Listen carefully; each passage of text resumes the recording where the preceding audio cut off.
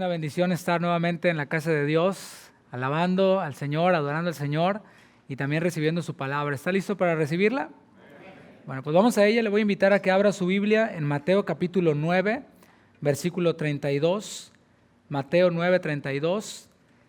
Ese es el tema número 11 de la serie Jesús sana. Vamos más o menos a la mitad de esta serie, en donde estamos viendo las sanidades físicas que el Señor realizó mientras que estuvo en esta tierra, realizando lo que conocemos como su ministerio público, este ministerio que Él ejerció con los hombres.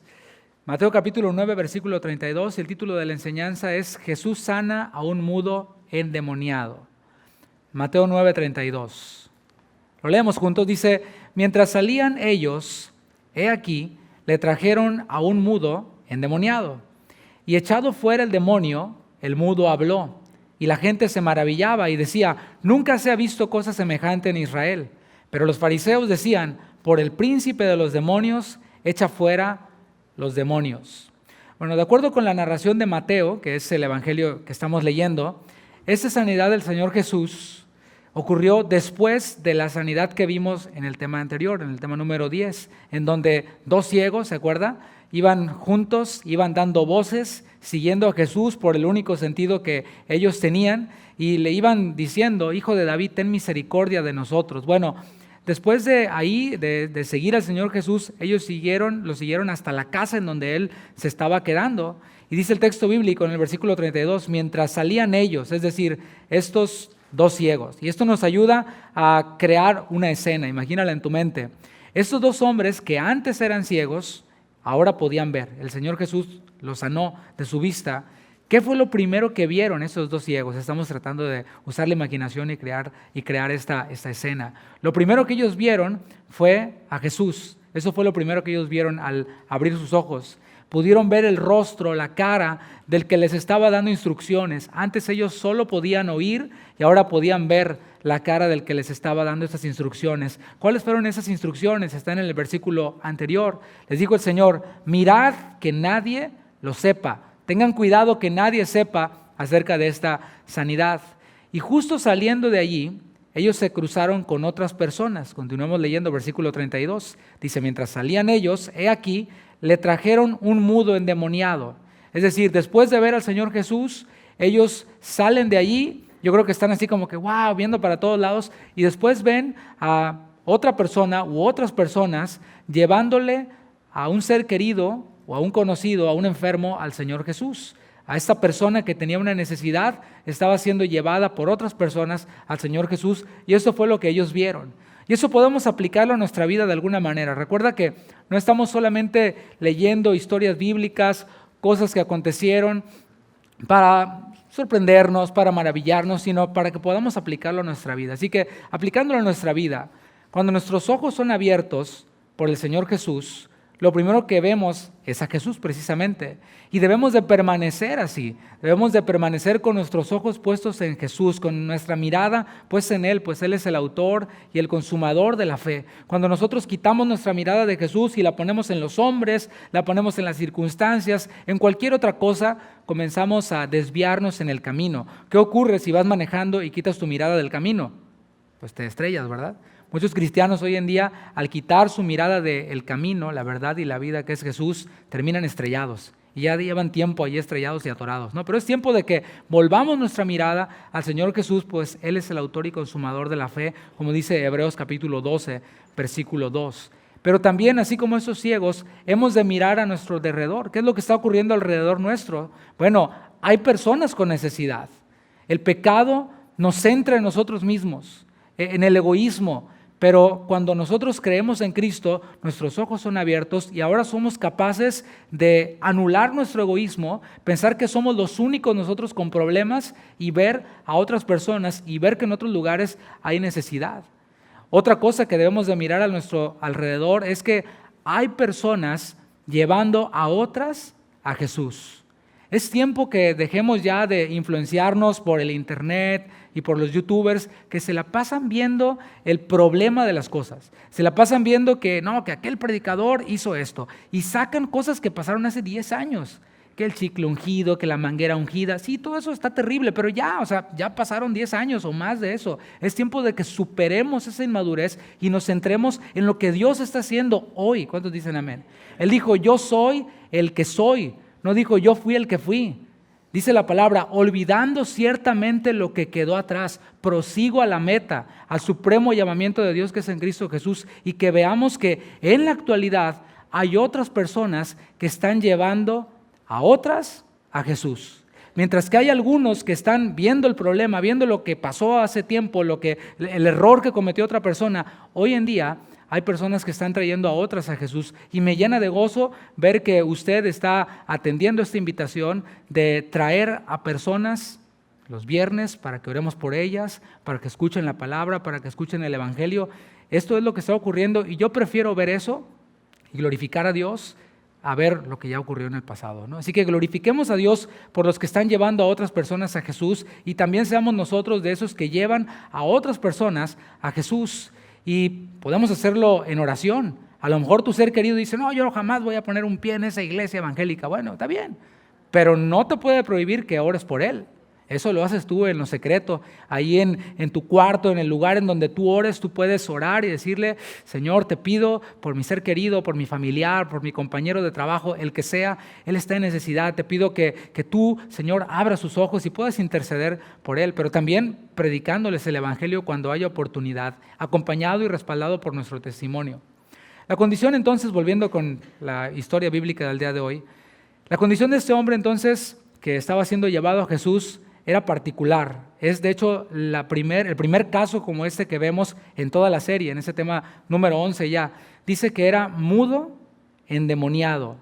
En nuestra traducción se lee mudo primeramente, centrémonos en esa palabra mudo, y se relaciona con otras palabras en el original. Es la palabra griega kofos, con K, y se relaciona con otras dos palabras. La palabra copto, que significa azotar, castigar, y también con la palabra griega kopiao, que significa estar fatigado, significa debilitado o inhabilitado.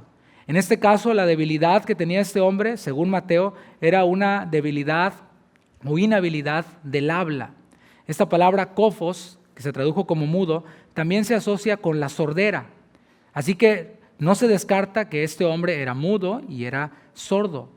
Lo particular de esta enfermedad que vemos aquí, después de que dice mudo, es que estaba asociada con demonios. Es decir, la causa de esta inhabilidad que tenía este hombre en particular eran demonios. Esa era la causa. Pues dice el texto mudo y luego dice endemoniado. Y esa palabra endemoniado es la palabra griega daimonizomai. Estoy citando el griego, ¿por qué? Porque el Nuevo Testamento se escribió en griego, y para que nosotros podamos captar bien la idea, debemos de ir a la palabra que se utilizó en el original, para que no piense y lo interprete cada quien de acuerdo a lo que se le ocurra, ¿no? Entonces esta palabra daimonizomai, endemoniado, significa estar poseído por un demonio. ¿Qué es estar poseído? Estar poseído por un demonio es ser posesión de un demonio. Por ejemplo, esta Biblia es posesión mía. Yo la pagué, yo la compré, la ordené de Amazon y me llegó ahí en mi casa, ¿verdad? Así que es posesión mía. De hecho, hasta tiene mi nombre.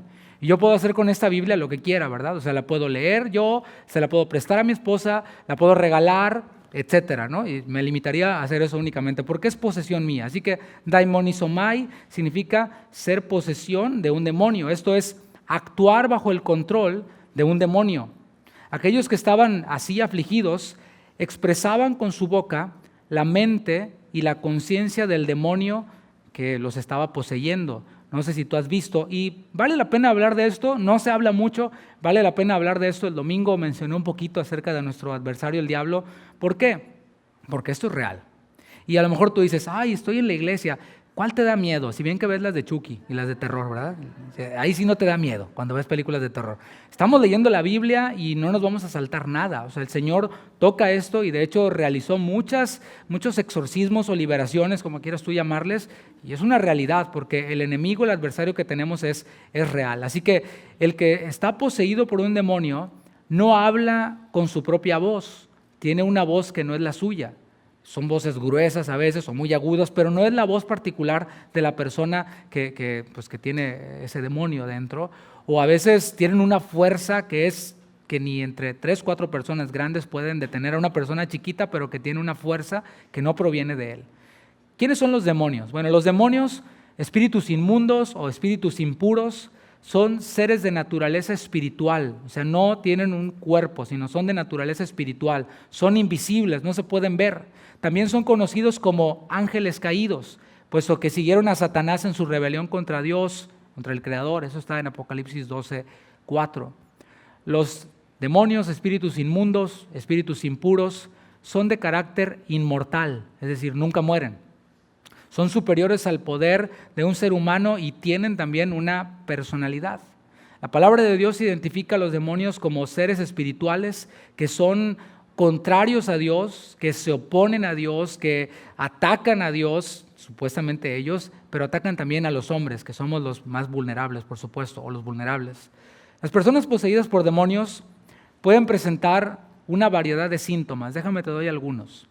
Puede ser el deterioro físico, un deterioro físico que no puede ser atribuido a la presencia de un problema psicológico.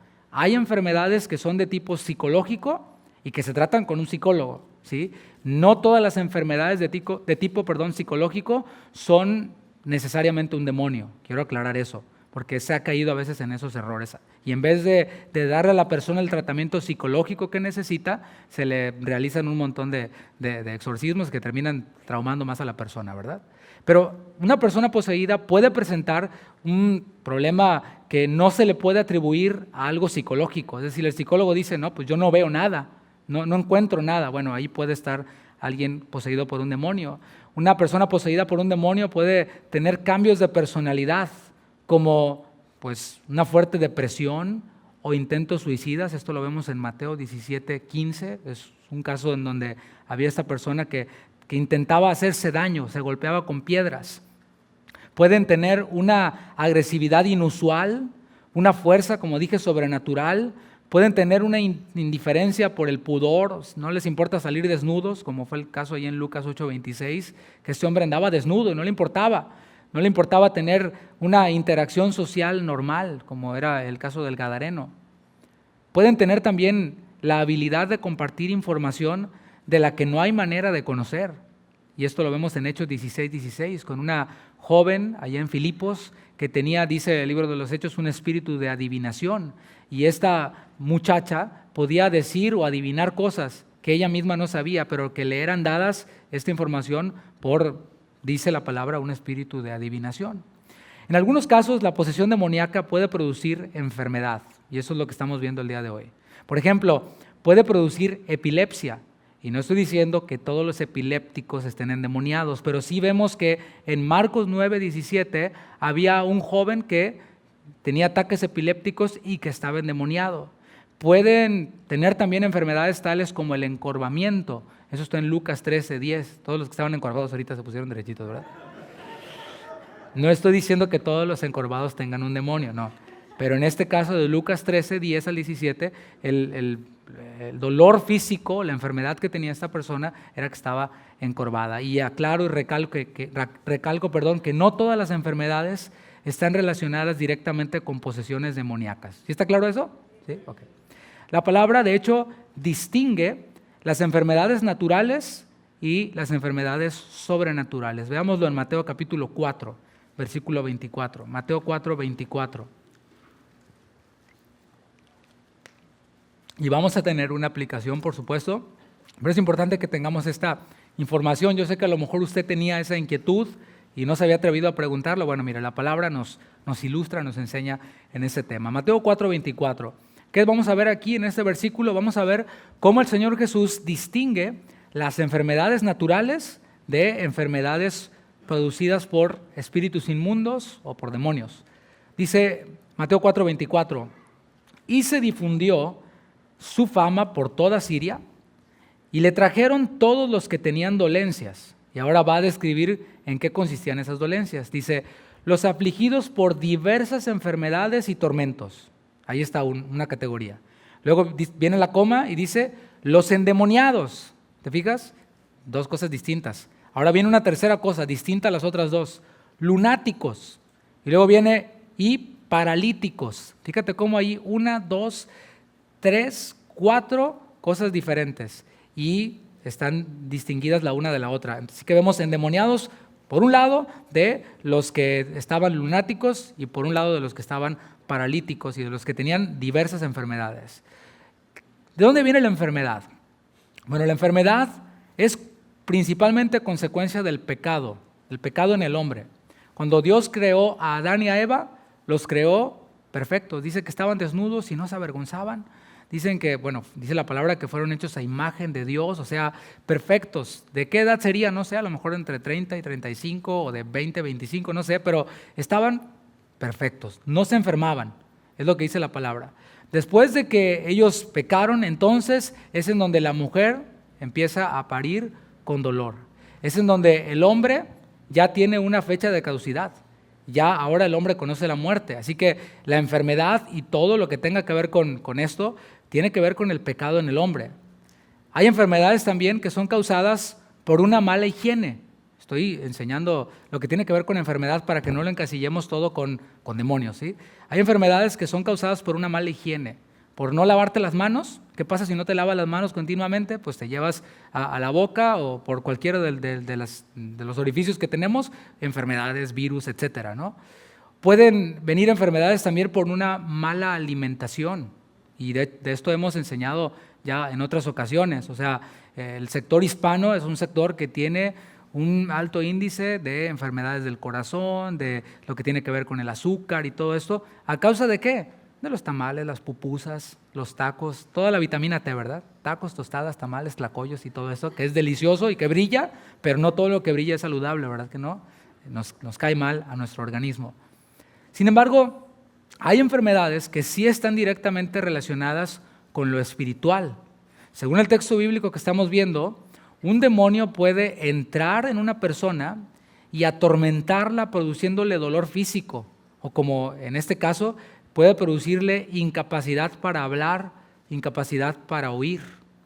Y pudiera surgir aquí una pregunta, no sé, a lo mejor tú eres muy curioso y a lo mejor te estás preguntando, bueno, ¿cómo fue que esto ocurrió? O sea, ¿cómo fue que este hombre llegó a ser poseído por un demonio o endemoniado, como dice el texto, y de tal manera que quedara mudo? Bueno, en este caso particular no lo sabemos, la palabra no nos dice, pero hay otros pasajes en la Escritura en los cuales podemos ver cómo hay elementos, hay conductas, decisiones que tomamos que pueden darle entrada a Satanás para que haga daño.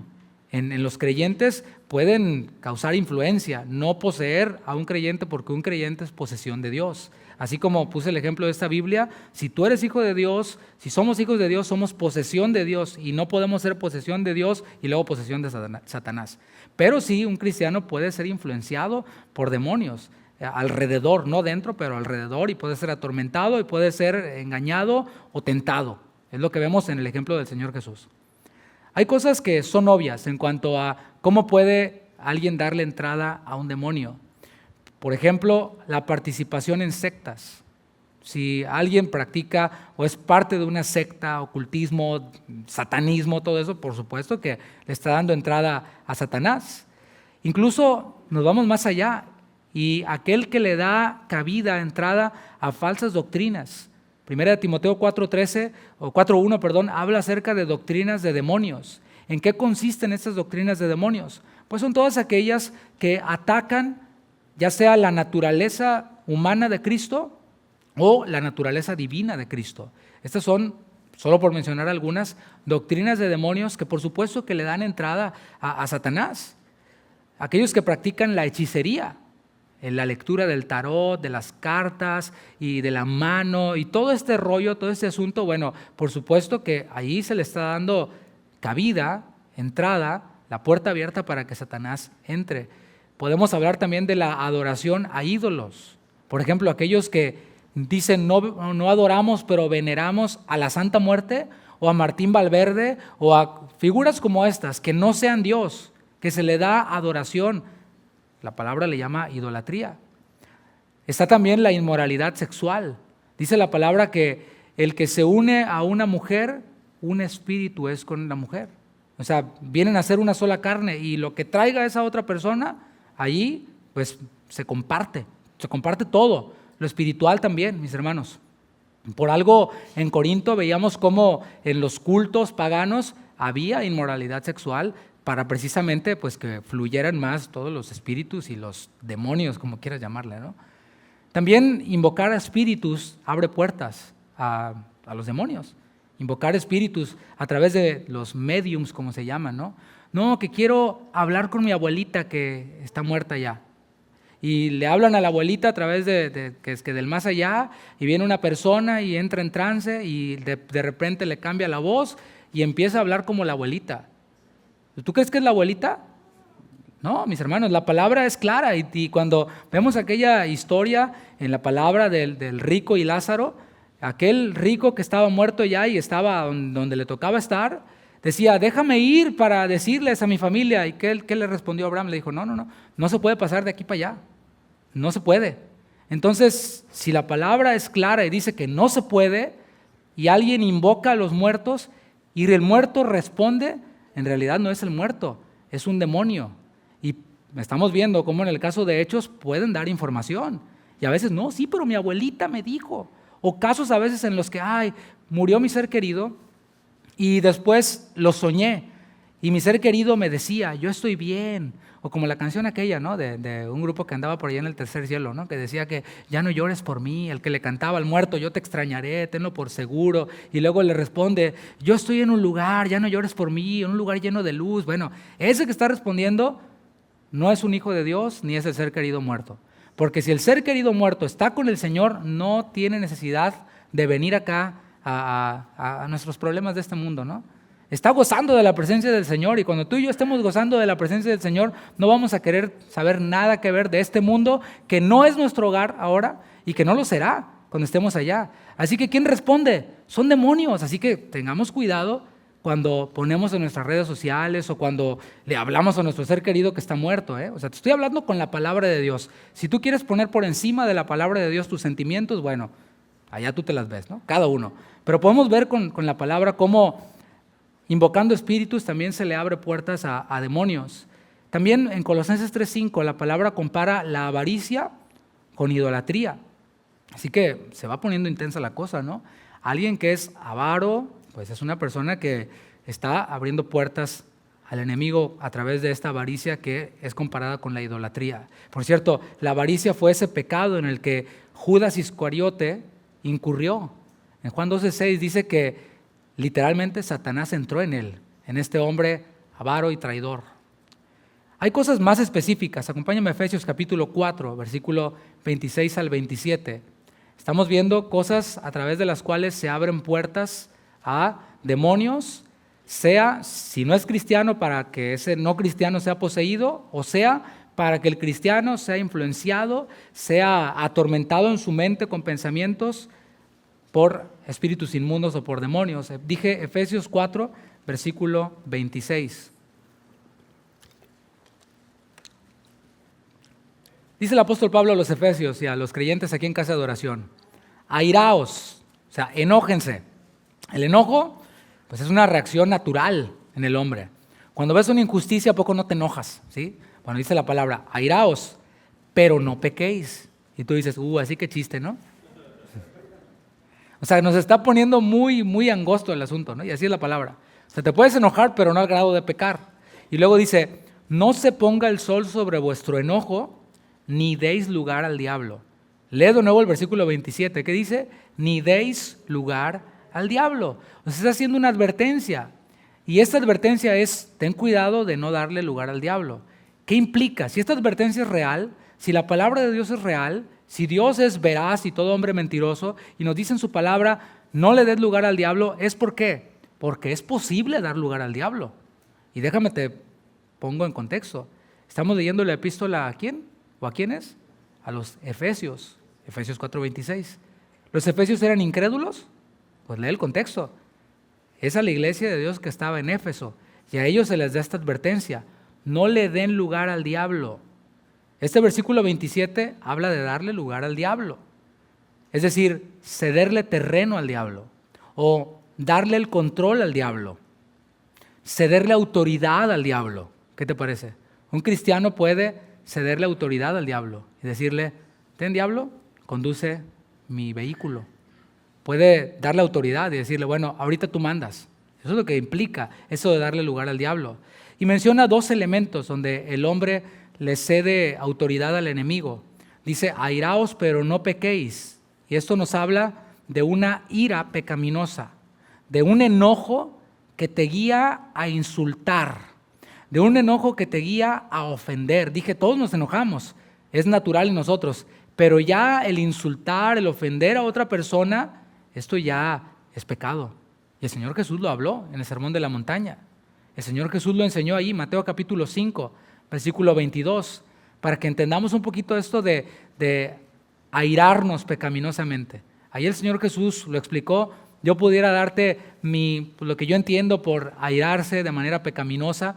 Pudiéramos caer en el terreno de lo subjetivo, en el que tú piensas una cosa, yo pienso otra, pero vamos a ver qué dijo Jesús. En Mateo 5, 22, dice el Señor, pero yo os digo que cualquiera, diga cualquiera, sin excepción, que se enoje contra su hermano será culpable de juicio.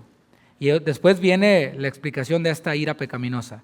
Y cualquiera que diga necio a su hermano, para nosotros necio pues no es una ofensa muy grave, ¿verdad? O sea, no te dicen necio y te ofendes, pero hay otras palabras que nos dicen que sí pueden llegar a ofendernos. En cada país tienen la suya, ¿verdad? No te la imagines, para que no te acuerdes, ¿sí? Cualquiera que diga necio a su hermano será culpable ante el concilio, y cualquiera que le diga fatuo quedará expuesto al infierno de fuego, ¿sí? En el original son ofensas fuertes, y en el contexto de ellos eran ofensas muy fuertes. La referencia del versículo anterior, al versículo 22, es el asesinato. Dice, oísteis que fue dicho, no matarás. Así que el Señor compara este enojo, esta ira pecaminosa, con el asesinato. Así es como el Señor pone las cosas para nosotros los ciudadanos de su reino. El otro elemento, volviendo a Efesios 4:26, dice, no se ponga el sol sobre vuestro enojo. Estamos viendo cosas que le dan lugar al diablo, según el mismo texto bíblico. Y esto de dejar poner el sol sobre nuestro enojo tiene que ver con guardar el enojo en el corazón. O sea, hay personas que se enojan y no llegan al grado de llamarle necio, fatuo, ¿sí? Pero se lo guardan en el corazón. Así que hay que tener cuidado con eso, mis hermanos. Dice la palabra, sobre toda cosa guardada, ¿guarda qué? Tu corazón, porque de él mana la vida. O sea, nuestra vida, lo que nosotros hacemos, lo que nosotros hablamos, las decisiones que tomamos, fluyen desde nuestro corazón. Y si nuestro corazón está lleno de ira resulta que le guardas ira al maestro de la high school o de la secundaria que te reprobó. No, o sea, suena chistoso, pero hay quienes están amargados contra el maestro. Y los que somos de los 80s, por ejemplo, todavía nos tocó, y los que son más atrás, peor, el castigo físico de los maestros, ¿sí? Maestros que te daban, yo estudié en un colegio de monjas, la primaria, mi hermana le tocó como los primeros años, pero yo sí me aventé toda la primaria con las monjitas, ¿sí? Y nos ponían así, ya voy a sacar mis amarguras, no estoy amargado, no estoy platicando, ¿sí? Nos ponían las manos así y nos daban unos reglazos con una regla de fierro, que, ay, terribles. Luego nos sacaban al calor, un calor de donde yo soy es igualito al de aquí, el calor, con 2 libros pesadísimos aquí, en el patio, a pleno sol, y ya los brazos estaban así temblando. O sea, unas torturas impresionantes, las queridas monjitas, ¿verdad? Y las veías todas bonitas ahí, pero eran tremendas. Bueno, hay quienes están amargados contra maestros, o a veces pueden ser con cosas pues válidas, como abuso sexual durante la infancia. Mis hermanos, aunque eso ciertamente es algo reprobable y es algo inmundo y pecaminoso, el Señor no nos da espacio ni nos da licencia o permiso para que guardemos rencor. La palabra dice, para nosotros los cristianos, dice que eso es darle lugar al diablo. Todo esto, el enojo en el corazón, el no perdonar a la persona que nos ofendió, haya sido o no haya sido válida la ofensa, todo esto es cederle terreno al enemigo, o de otra forma dicho, darle lugar para que haga el daño que él quiera. Aquí está mi corazón amargado, es tu taller, construye lo que quieras y haz lo que quieras. Está comprobado que la amargura produce enfermedades, físicamente enfermedades, pero está comprobado científicamente. Según un artículo que se publicó en 2009 en el diario del Colegio Americano de Cardiología, albergar ira y hostilidad se asociaron con un mayor riesgo de enfermedad coronaria. El artículo, que incluyó la revisión de 44 estudios publicados anteriormente sobre la enfermedad cardíaca, encontró que la ira y la hostilidad estaban relacionadas con un aumento de los eventos de enfermedad coronaria, como un ataque cardíaco, en personas sanas y un pronóstico desfavorable en aquellos que ya tenían antecedentes de enfermedad cardíaca. Según una psicóloga clínica y profesora asistente de psiquiatría y ciencias del comportamiento en la Escuela de Medicina de la Universidad Johns Hopkins en Baltimore, dice lo siguiente: la ira es una forma de estrés, por lo que cuando nos aferramos a la ira es como si estuviéramos activando la respuesta de estrés en el cuerpo o la respuesta de lucha o huida crónicamente. Sabemos que activar esta respuesta de forma crónica lleva al desgaste del cuerpo. Dijo: puede que no sea sorprendente que cuando nos comprometemos con el acto de perdonar, podamos comenzar a desactivar la respuesta del estrés y los cambios fisiológicos que la acompañan.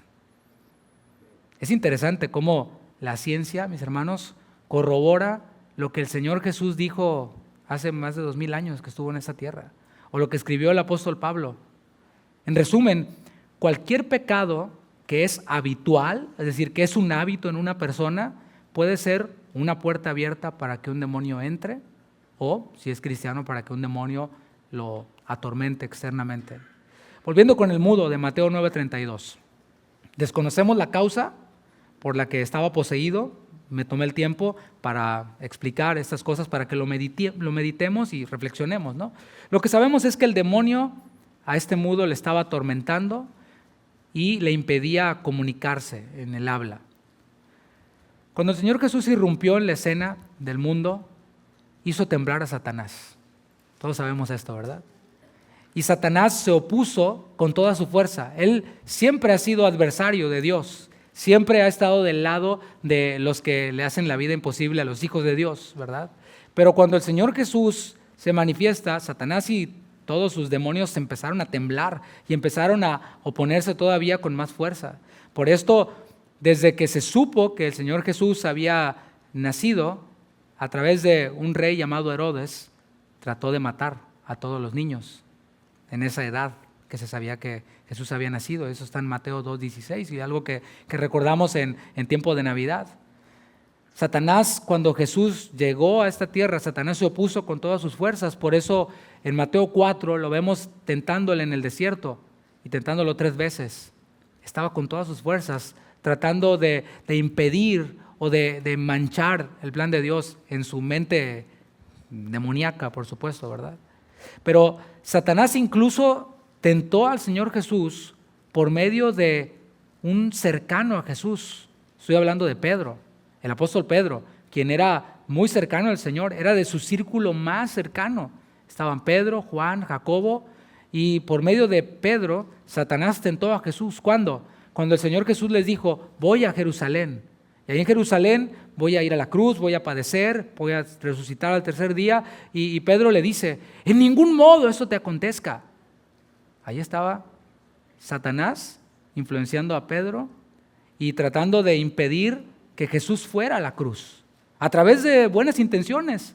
Y el Señor Jesús le responde a Pedro, pero más bien le responde a quien estaba influenciando a Pedro para decir lo que estaba diciendo. Y le dice: apártate de mí, Satanás, porque no pones tu mirada en las cosas celestiales, sino en las de la tierra. Durante el ministerio terrenal de Jesús, vemos una fuerte actividad demoníaca. Eso es una realidad.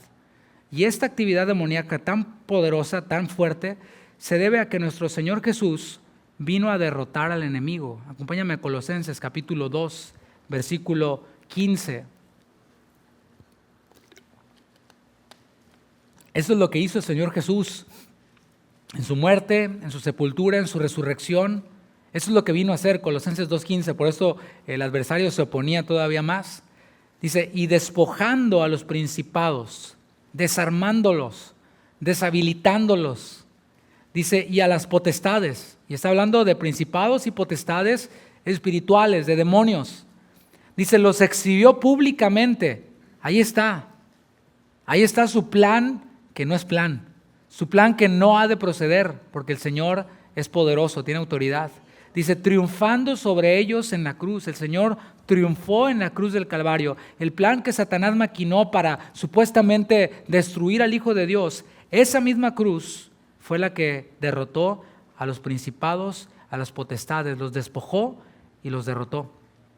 El mismo Señor Jesús enseñó por medio de una parábola que aunque Satanás era un hombre fuerte, lo veíamos el domingo, aunque Satanás es un hombre fuerte, el Señor era y es más fuerte.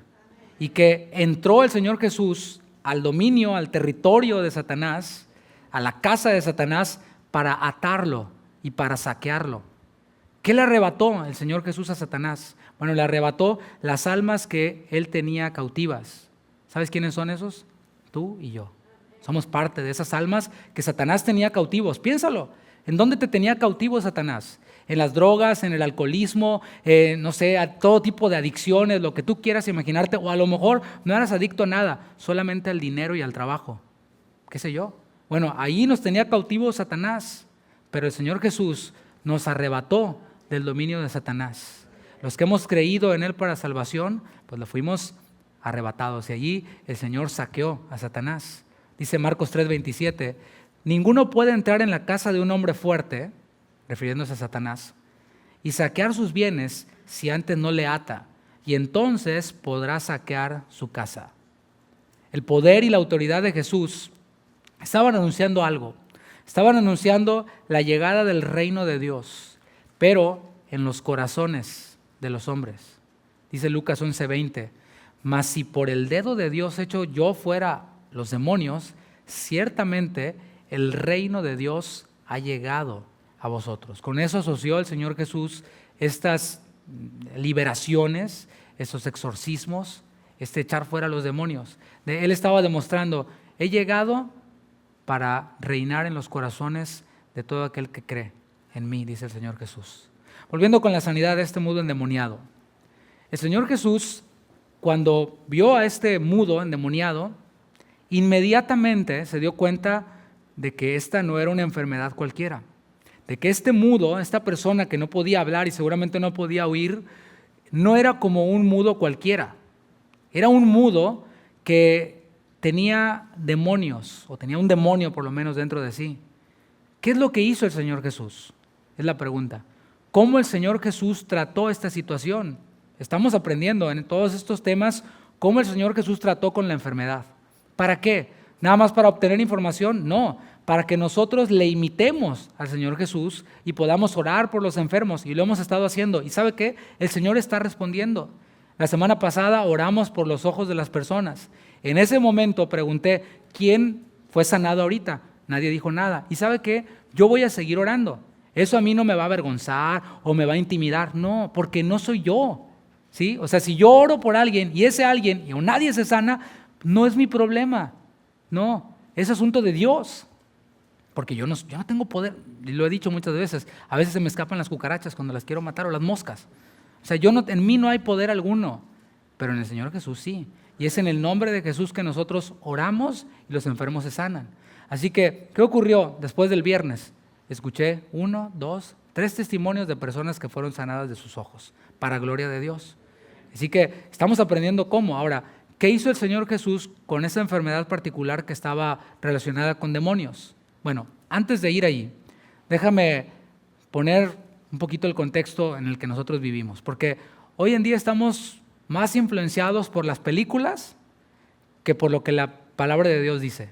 O sea, cuando hablamos de demonios, de posesiones demoníacas y todo esto, inmediatamente vienen a nuestra mente las películas que hemos visto, de terror y todo esto. En la cristiandad contemporánea se hace uso de todo tipo de métodos para echar fuera a los demonios, porque vamos a ver qué fue lo que hizo el Señor Jesús. En ciertas religiones se utilizan crucifijos, y mientras más grande el crucifijo, pues más se lo ponen ahí al demonio, ¿no? Estampas de lo que quieras, ¿no? Agua bendita, ¿qué tal? Le echan agua bendita al que está poseído, velas, conjuraciones, latigazos, rosarios. ¿Sí? Estoy escribiendo alguna película que he visto por allá, ¿no? En un sector del pentecostalismo se utiliza no el crucifijo, pero ¿qué tal el aceite? ¿Sí? Para adornar ahí al que está poseído. Se le dan bibliazos al endemoniado, se le arroja sal, se recitan ciertos pasajes místicamente, como este pasaje, si yo se lo leo, el demonio va a salir, como que si esto fuera un rezo o un mantra que se repite. Incluso algunos dialogan con el demonio y le preguntan su nombre, le preguntan cuál es su rango, le preguntan hasta preguntas teológicas al demonio que está dentro de la persona. Y el demonio se entretiene con algunos cristianoides por ahí. Pero el Señor Jesús nunca hizo cosas así. Él simplemente, ¿sabes qué hizo? Los echó fuera y ya. ¿Qué te parece? Vamos a ver un ejemplo en Marcos capítulo 1. Aquí el espíritu inmundo se quiso poner muy platicador con el Señor Jesús. Fíjate, porque así son. A veces se quieren poner muy platicadores, quieren burlarse y quieren hacer perder el tiempo. Dice Marcos 1:23, pero había en la sinagoga de ellos un hombre con espíritu inmundo que dio voces diciendo, ¿qué tienes con nosotros? O sea, eran varios. Jesús Nazareno, ¿has venido para destruirnos? Sé quién eres, el Santo de Dios. Pero Jesús le reprendió diciendo, cállate y sal de él. O sea, el Señor Jesús no se puso a platicar, ¿verdad que no? Cállate y sal de él. Y el espíritu inmundo, sacudiéndole con violencia y clamando a gran voz, salió de él. Hermanos, estamos leyendo la Biblia, O sea, yo no quiero que vaya a pensar, el pastor anda muy metido con esas cosas. No.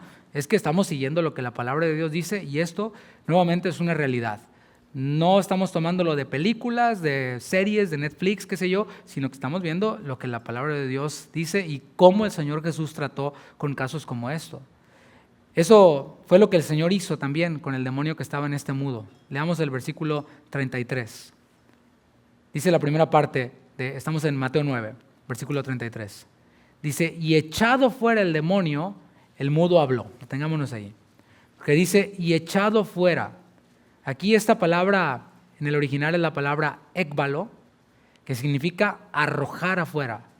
Significa también expulsar.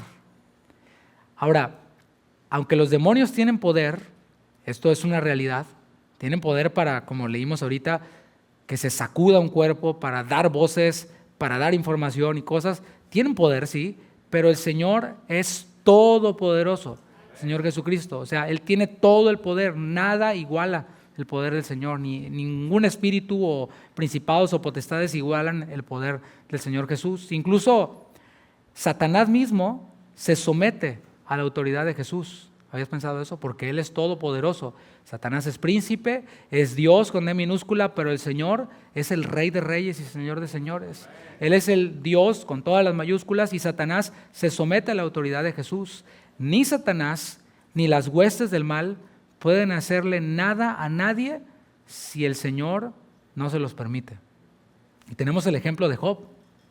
Job, quien pues fue dañado en su cuerpo por Satanás, pero ¿quién le dio permiso a Satanás para que pusiera esta sarna en el cuerpo de Job? Pues fue nada más y nada menos que Dios mismo el que le dio permiso a Satanás. De igual manera, los incrédulos que están bajo el dominio de Satanás están siendo atormentados o poseídos por Satanás, así como el Señor echó fuera a este demonio del mudo, así el Señor también echa fuera a los que están poseídos por Satanás, de aquellos que no creen en Él. Con su palabra el Señor ilumina y echa fuera todas las tinieblas. Ve conmigo a 1 de Juan capítulo 3, versículo 8. La segunda parte de este versículo es clave en todo esto porque nos habla de lo que el Señor Jesús vino a hacer y lo que está haciendo aquí con este mudo endemoniado e hizo con muchos otros. Dice 1 de Juan capítulo 3, versículo 8, la segunda parte del versículo. Para esto apareció el Hijo de Dios. Es explícito lo que dice. Para deshacer las obras del diablo. Para eso vino. El diablo estaba operando, estaba trabajando, pero aparece el Señor y deshace todas sus obras, le deshace su plan, le tira el yenga que tenía construido, le tira todo, su teatrito. En el momento en que el Señor echó fuera el demonio de este mudo que estamos viendo, el mudo pudo hablar. Así que estamos viendo un resultado evidente. ¿Quién podía cuestionar esto? El que no podía hablar, ahora habla. Así es como opera el Señor, de forma inigualable. Fue algo evidente e instantáneo. El resultado fue perfecto. El hombre ahora estaba completamente sano de su impedimento del habla. Y es que nuestro Señor hace cosas maravillosas y hace cosas perfectas. ¿Cuántos dicen amén? En otra ocasión, cuando sanó a otro sordomudo, la gente dijo, bien lo ha hecho todo. Hace a los sordos oír y a los mudos hablar. Eso está en Marcos 7:37. Lo que hace el Señor lo hace perfecto y lo hace de forma maravillosa, y hacemos bien en acercarnos a Él cuando tenemos alguna necesidad, porque Él nos va a responder de manera maravillosa y de manera perfecta en su tiempo. ¿Cuántos dicen amén? Volviendo en Mateo 9, versículo 33, leímos la primera parte donde decía, y echado fuera el demonio, el mudo habló. Luego dice, y la gente se maravillaba y decía, nunca se ha visto cosa semejante en Israel. Así como el caso de los dos ciegos que recibieron la vista, la liberación y la sanidad de este mudo se difundió por todos lados. O sea, estos dos ciegos, les dijo el Señor, no le digan nada a nadie, pero ellos pues, no tuvieron que decirlo. Las personas se dieron cuenta de que los que no podían ver ahora veían, y empezó a difundirse la fama del Señor. Bueno, lo mismo ocurrió con este mudo endemoniado. El texto bíblico dice que la gente se maravillaba. En el original se usó la palabra taumazo, significa sorprenderse. O sea, la gente estaba sorprendida, la gente estaba admirada, ¡wow! Esta gente maravillada reconocía algo. No solo lo reconocía de vista, sino que lo expresaba con sus palabras. ¿Qué es lo que expresaba? Dice, nunca se ha visto cosa semejante en Israel. Y esto nos habla de algo. Están diciendo ellos, esto es incomparable. En toda la nación de Israel. ¿Qué ocurrió en Israel, mis hermanos? Vemos cómo el Señor rescató a su pueblo de la cautividad en Egipto y abrió el mar rojo para que el pueblo de Dios pasara en seco. Hizo caer el maná del cielo, les dio agua de la roca, hizo que cuando hacía calor una nube siguiera el pueblo en el desierto, y cuando hacía frío una columna de fuego les daba calefacción, y así pudiéramos dar muchos más milagros que el Señor hizo. Hay quienes dicen, no, es que los milagros cesaron y que por épocas. No, de Génesis a Apocalipsis está lleno de milagros. Todo es milagro tras milagro tras milagro en Israel. Y el Señor nos dice que en su palabra nos revela que la gente expresaba, nunca hemos visto cosa semejante en Israel. Y es que, por ejemplo, tan solo en este caso de este mudo endemoniado, esta enfermedad o posesión o las dos cosas tenía un grado de dificultad. ¿Por qué? Porque así como mencioné ahorita que hay ciertos métodos que se utilizan para los exorcismos y cosas que a veces son hasta grotescas, en donde los mismos demonios yo creo que se divierten, así también en tiempos de Jesús, los rabinos tenían sus métodos para poder echar fuera a los demonios. Uno de estos métodos era que si ellos lograban obligar al demonio para que dijera su nombre, entonces ellos tenían ya cierta autoridad o poder para echarlo fuera. Si ellos lograban engañar al demonio para que les dijera su nombre, allí entonces ellos tenían supuestamente el poder para echar fuera al demonio. Pero ¿qué crees? En este hombre era imposible, porque era mudo. O sea que por más que le preguntaran su nombre, el hombre no podía hablar. Así que desde el cuadro, desde la cajita que los mismos rabinos habían creado para darle solución a este problema, era imposible. Se sabía por todos lados, ¿no? Pues ese hombre está mudo y endemoniado y así se va a quedar, porque ¿cómo vamos a saber su nombre? ¿Cómo se le va a echar fuera si no habla? Así que esto nos habla acerca de que el Señor, sin hacer mucho show, sin hacer mucho cuento, como decimos, simplemente lo echó fuera. Por esto es que la gente estaba sorprendida y estos milagros superaban en cantidad, en calidad, a los que los profetas habían hecho en el Antiguo Testamento. Ahora, estamos viendo a una multitud de gente admirada por lo que el Señor estaba haciendo. Y admirarse del poder de Jesús no es malo, para nada. Pero no es garantía de nada, ¿sí? Los mismos judíos que cantaban Hosana al Hijo de David y arrojaban palmas y decían bendito el que viene en el nombre del Señor, después gritaban crucifícale. O sea, primero se admiraban de él y lo reconocían, pero después cambiaban de opinión, eran volubles. Después decían crucifícale. Y aquí los vemos admirados del poder de Jesús, lo cual no es malo, pero como dije, no es garantía de nada. ¿Qué mérito se le puede dar a alguien que se sorprende de algo sorprendente? Nada. De algo indubitable, pues no hay mérito, pues es de sorprenderse y ya. Así hoy en día muchas personas se limitan a admirarse de lo que el Señor hace. Y les encanta ir a lugares en donde se ora por los enfermos y los enfermos se sanan, porque es una realidad, lo dijo el Señor, oren por los enfermos y los enfermos sanarán. Y ocurre y van y se limitan a, wow, muy increíble, y les encanta ir a ver esto. Pero eso no salva a nadie. O sea, el admirarse de algo que el Señor hace no salva a nadie. El admirarse de lo que el Señor hace tampoco hace a la persona más parecida a Cristo. No. Es necesario, para ser salvo, creer en Jesús como el Mesías. Cuando el carcelero en Filipos, allá en Hechos capítulo 16, les preguntó a Pablo y a Silas, ¿qué debo hacer para ser salvo? Ellos no le respondieron, sorpréndete de las maravillas de Jesús. ¿Verdad que no? No. Le respondieron, cree en el Señor Jesucristo y serás salvo tú y toda tu casa. Así que estamos viendo cómo el admirarse, el sorprenderse, pues no es garantía de nada. Aquí vemos una multitud admirada y sorprendida, pero eso al Señor Jesús tampoco le sorprendió, no le causó nada. Dice el versículo 34, para que veamos otra reacción.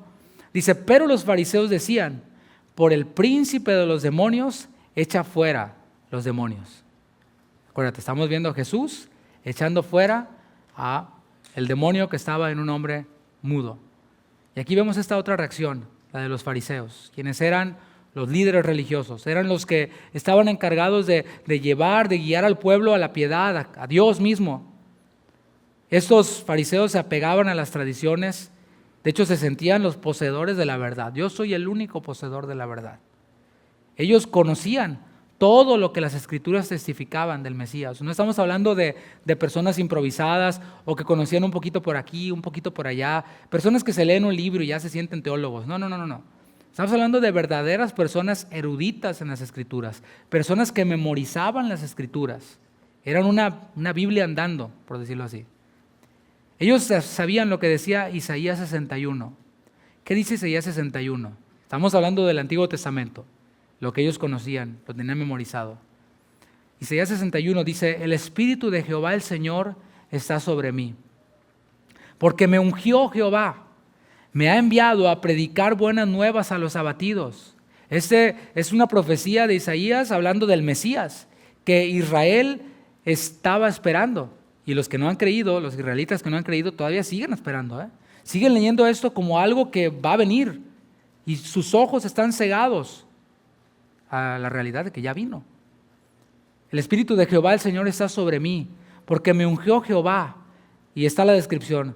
Me ha enviado a predicar buenas nuevas a los abatidos. Esto lo hizo Jesús. A vendar a los quebrantados de corazón. Eso lo hizo Jesús. A publicar libertad a los cautivos y a los presos apertura de la cárcel. Eso lo hizo Jesús. Lo estaba haciendo Jesús allí mismo entre ellos. A proclamar el año de la buena voluntad de Jehová y el día de la venganza del Dios nuestro. A consolar a todos los enlutados. Todo esto lo estaban viendo ellos con sus propios ojos.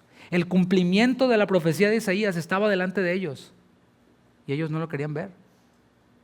En lugar de reconocerlo y decir, el Mesías está entre nosotros. Emmanuel, Dios con nosotros, está aquí. En vez de hacerlo, lo perseguían para matarlo. Mientras que ellos conseguían su objetivo de matar a Jesús, de matar al Mesías, se ocupaban ¿de qué? De acusarlo. No lo podemos matar todavía, pero mientras tanto lo vamos a acusar. Y esta acusación consistía en asociar lo que él hacía, lo que Jesús hacía, con la obra de Satanás. Por ejemplo, cuando el Señor dijo que Él es el buen pastor, ahí en Juan capítulo 10, Él dio esta enseñanza y dijo, yo soy el buen pastor, el que da su vida por las ovejas. ¿Sabes qué respondieron los judíos?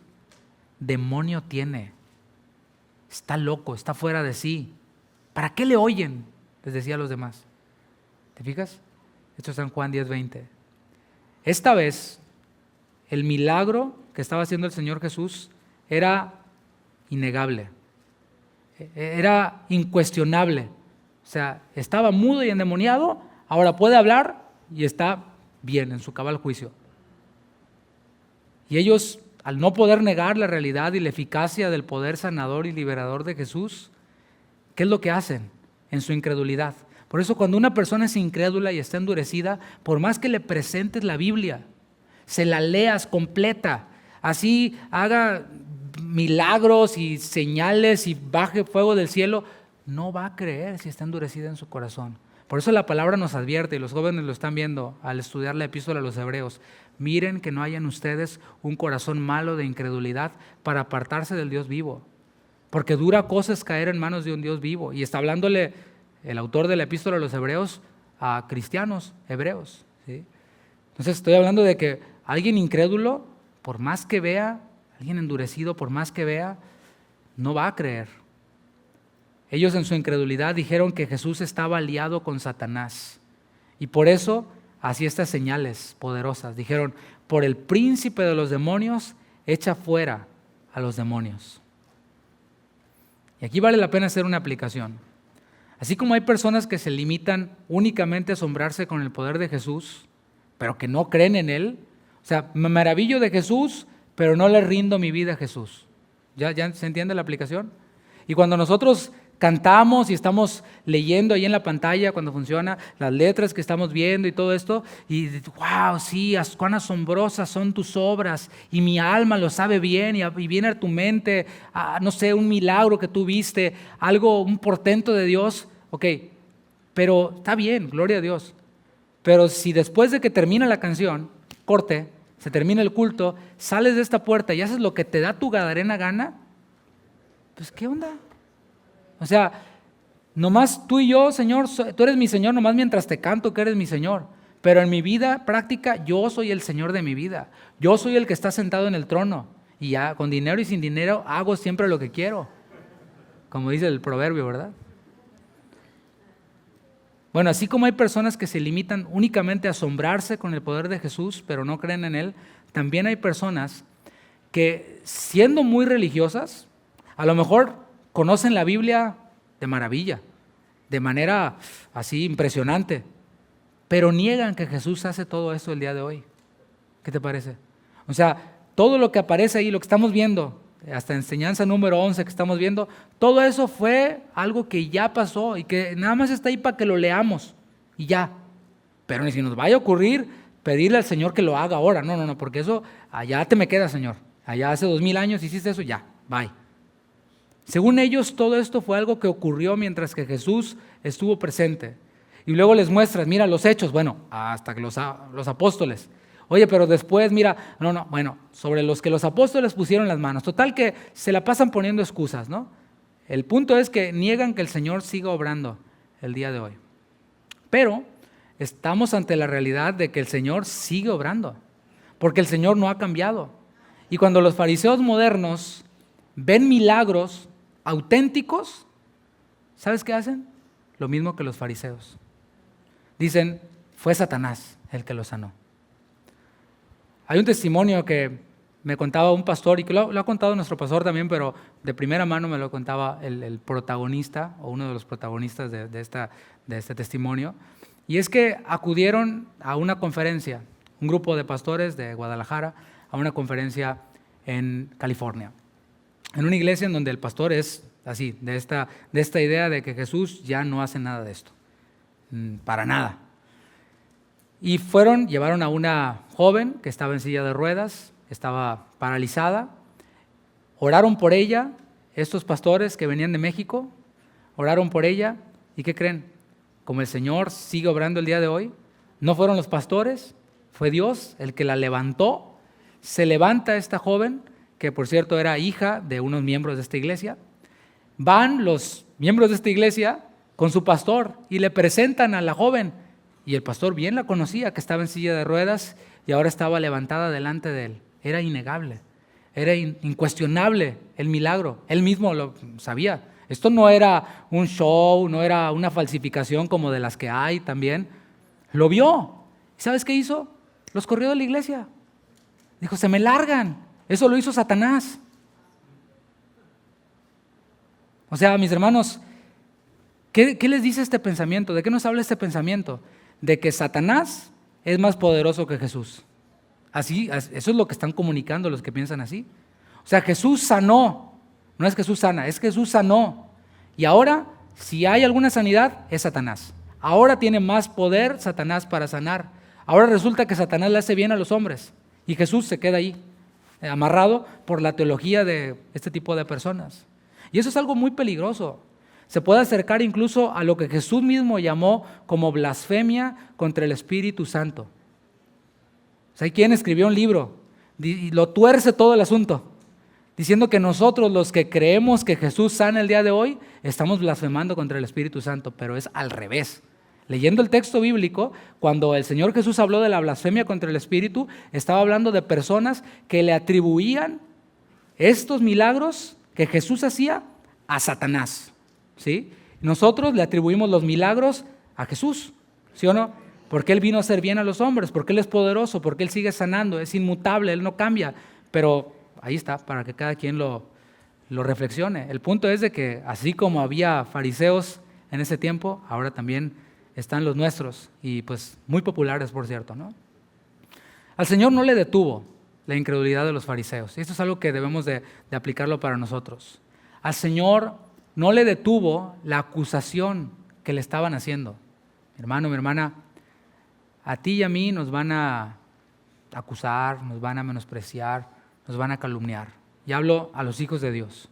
O sea, esto no es todos los días es viernes y tu mejor vida ahora. No. Jesús les dijo a sus discípulos, les dijo, miren, si al señor de la casa le llamaron Belcebú, o sea, a ustedes les van a llamar peor, ¿sí? O sea, del Señor Jesús dijeron, demonio tiene, no lo oigan. Esto que hace, lo hace por el poder de Belcebú, del príncipe de las tinieblas. Bueno, ¿qué crees que van a decir de nosotros? Y ya lo están diciendo, seguramente. Bueno, que se diviertan. Eso no nos va a detener.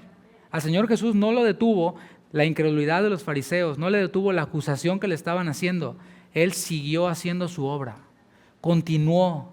Y es lo que el Señor nos llama a hacer. Continuemos creyendo, continuemos trayendo personas a Jesús. El Señor, en medio de todo esto, del seguir haciendo su obra, estaba mostrando su compasión. Aún estaba mostrando su compasión por los que no creían en Él. Continuemos leyendo, versículo 35. Dice, recorría Jesús todas las ciudades y aldeas. No se detuvo, ¿ves? Dile al que está a tu lado, no te detengas. Enseñando en las sinagogas de ellos, o sea, de los judíos, pero también allí en donde estaban los fariseos, porque las sinagogas estaban llenas de fariseos. Y el Señor no dijo, ay, ahí no me quieren, yo no me voy a meter allí a esa sinagoga porque allí no hay amor.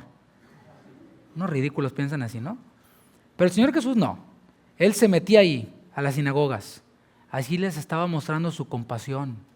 Dice, y predicando el evangelio del reino, y sanando toda enfermedad y toda dolencia en el pueblo. Y al ver las multitudes, ¿qué dice? Tuvo compasión de ellas, porque estaban desamparadas y dispersas como ovejas que no tienen pastor.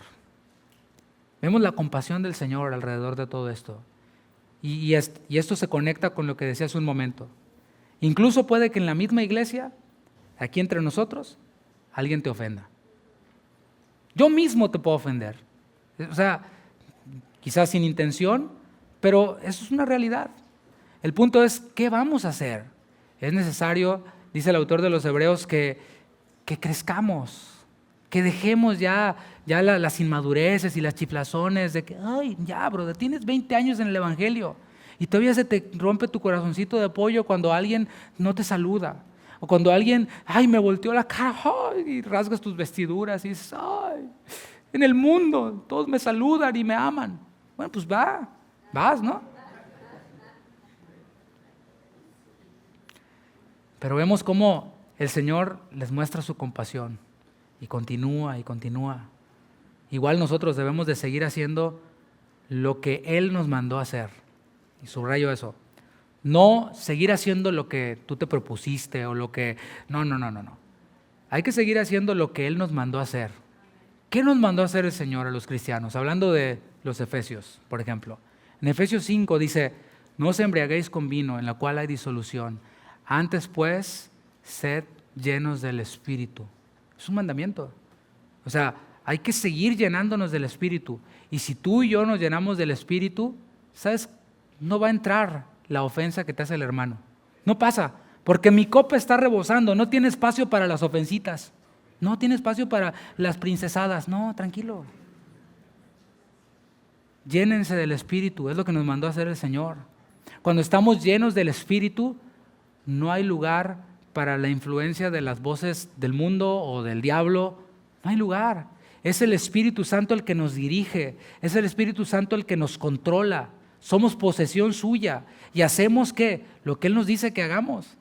Eso es lo que estamos viendo, es lo que nos manda el Señor. Sigamos haciendo la gran comisión, que es predicar el Evangelio.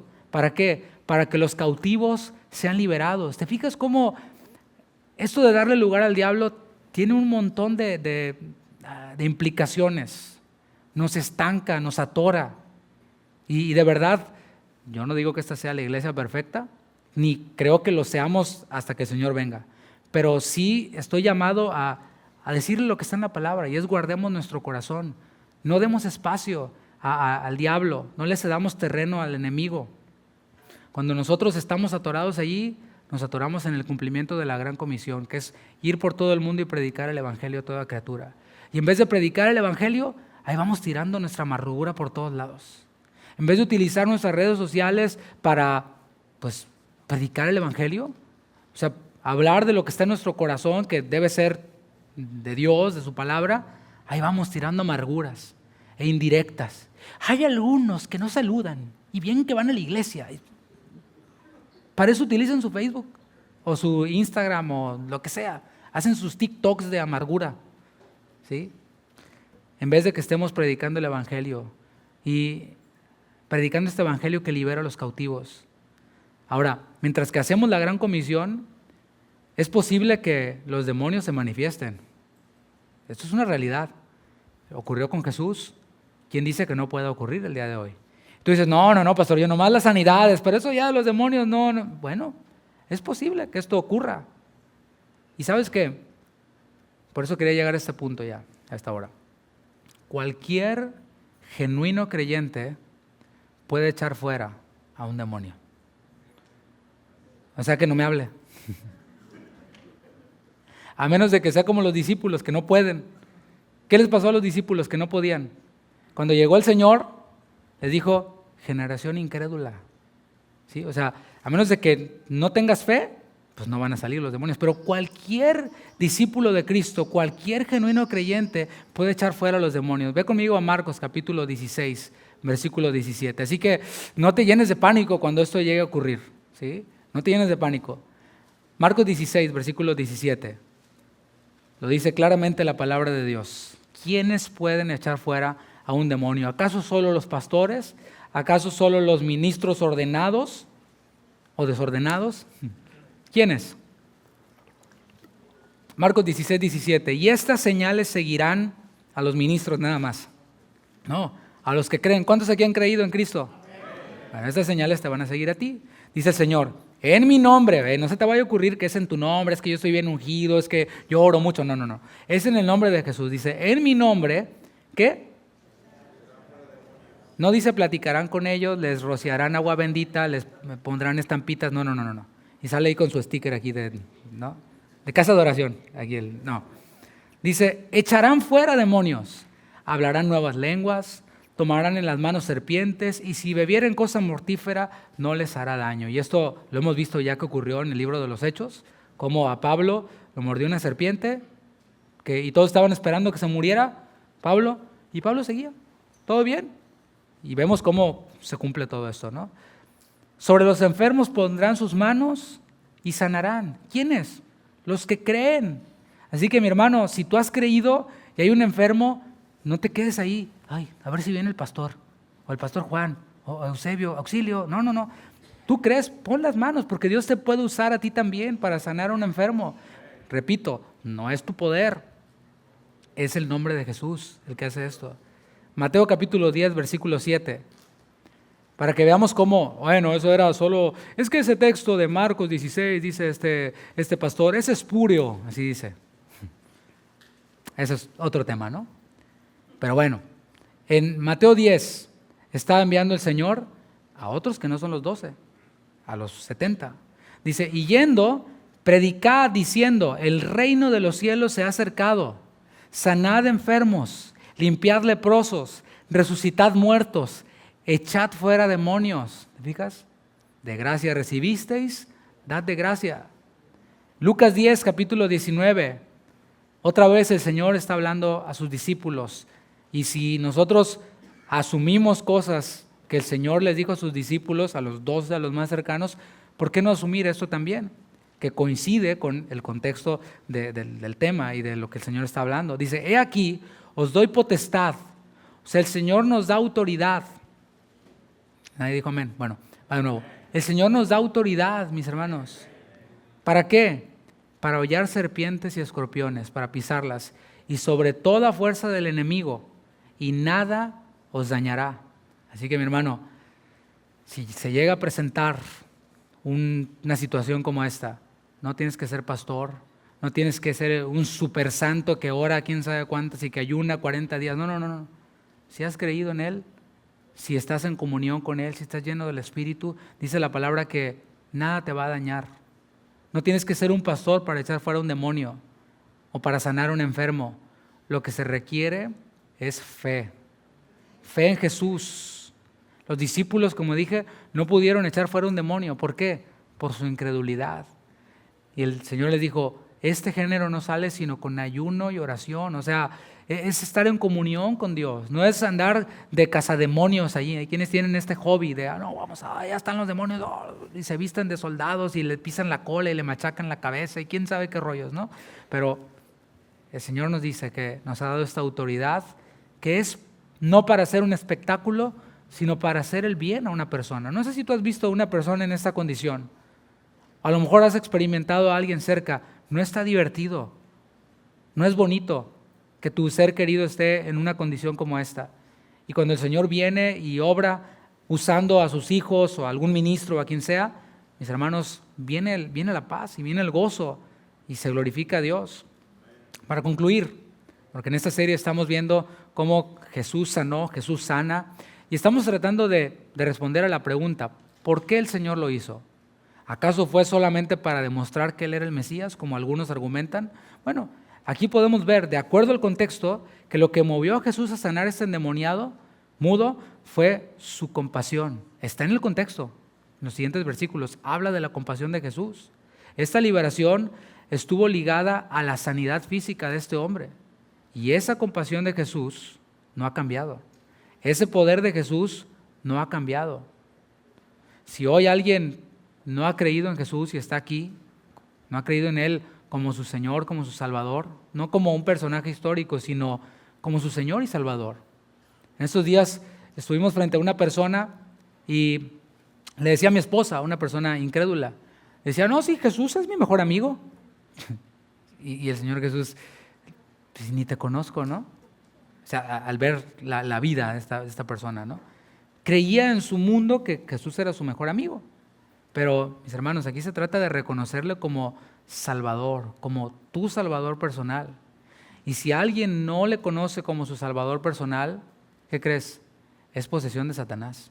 Aquí nomás hay de dos. O le perteneces a Cristo o le perteneces a Satanás. That simple. O eres posesión de Cristo o eres posesión de Satanás. Solo hay de dos. No hay áreas grises. No, pues yo poquito de aquí, poquito de allá. No hay áreas grises. O le perteneces a Cristo, y si no le perteneces a Cristo, le perteneces a Satanás. Pero hoy el Señor te llama al arrepentimiento. Él quiere hacerte verdaderamente libre. El Señor Jesús dijo, si el Hijo os libertare, seréis verdaderamente libres. Y una vez que nosotros somos libres, nuestra boca se abre. Dice la palabra que Él hizo sacar del pozo de la desesperación, del lodo cenagoso. Puso nuestros pies sobre peña, enderezó nuestros pasos, puso luego en nuestra boca un cántico nuevo, que es alabanza a nuestro Dios. Y aquellos que hemos creído en Jesús como nuestro Salvador, nuestra boca se ha abierto, nuestros labios se abren para publicar las alabanzas de Dios verdaderamente. Así que yo te voy a invitar a que te pongas de pie y quiero hacer este llamado primeramente para aquel que no ha creído en Jesús como su Salvador. Si tú tienes así de duda, de ser hijo de Dios, mira, no desaproveches este llamado y esta oportunidad. Porque aquel que realmente es hijo de Dios tiene la convicción de que es hijo de Dios. Si tú dices, no sé, no estoy seguro, bueno, hoy es el día de salvación, arrepiéntete de tus pecados. Porque aquel que ha creído en Cristo, mira, a lo mejor estás pasando en la montaña rusa, vas abajo, a lo mejor estás en tentaciones, en pruebas, en luchas, pero el Espíritu Santo, dice la palabra, le da testimonio a tu espíritu de que eres hijo de Dios. Pero si tú no estás seguro, hoy el Señor abre esa oportunidad y te llama, ¿para qué? Para que te arrepientas de tus pecados. Creas en Él como tu Señor y tu Salvador. Inclina tu rostro y allí con tus propias palabras, habla con Él. ¿Sabes? Él no está lejos de nosotros. Él está cercano a ti. Y el Señor no hace acepción de personas. Quizás tú digas, no, es que yo tengo esto, aquello, cualquier cosa. Él no hace acepción de personas. Es el hombre el que hace acepción de Dios, el que excluye a Dios, el que excluye a Jesús de su vida. Pero hoy Él vuelve a mostrarte su compasión y te vuelve a llamar al arrepentimiento. Si puede pasar el equipo de alabanza, por favor.